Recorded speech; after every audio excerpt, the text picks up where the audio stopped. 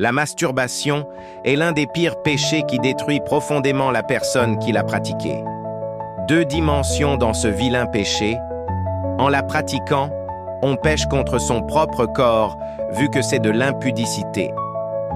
I Corinthiens 6,18, on fait pécher la pensée, notre imagination qui devient le moyen central d'excitation. Matthieu 5, 27-28. Mais j'aimerais, en tant que prophète, révéler quelque chose que plusieurs pratiquants de la masturbation ne savent pas. Jésus est l'image visible du Dieu invisible, Colossiens 1:5-15.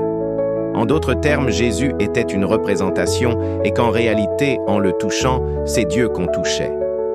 Quand il opérait dans le visible, c'était Dieu qui opérait, mais dans l'invisible. C'est le même principe qu'utilise le diable avec les stars d'Hollywood, de la pornographie ou même les femmes ou hommes ayant l'esprit de la séduction. Elles sont possédées par des esprits mauvais, invisibles, afin de leur servir de représentation visible. Elles vous servent d'image pour qu'en réalité, en vous masturbant, vous ayez des rapports sexuels avec des démons dans votre pensée. C'est pour cette raison que c'est un péché difficile à abandonner.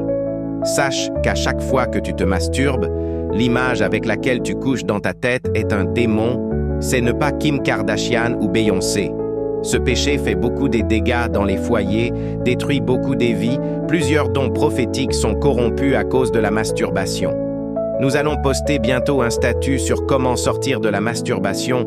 En attendant, si tu es touché par ce post écrit « Non à la masturbation » et partage ce statut à plusieurs, ce texte écrit par votre immeuble serviteur de Dieu, Naïk Malela.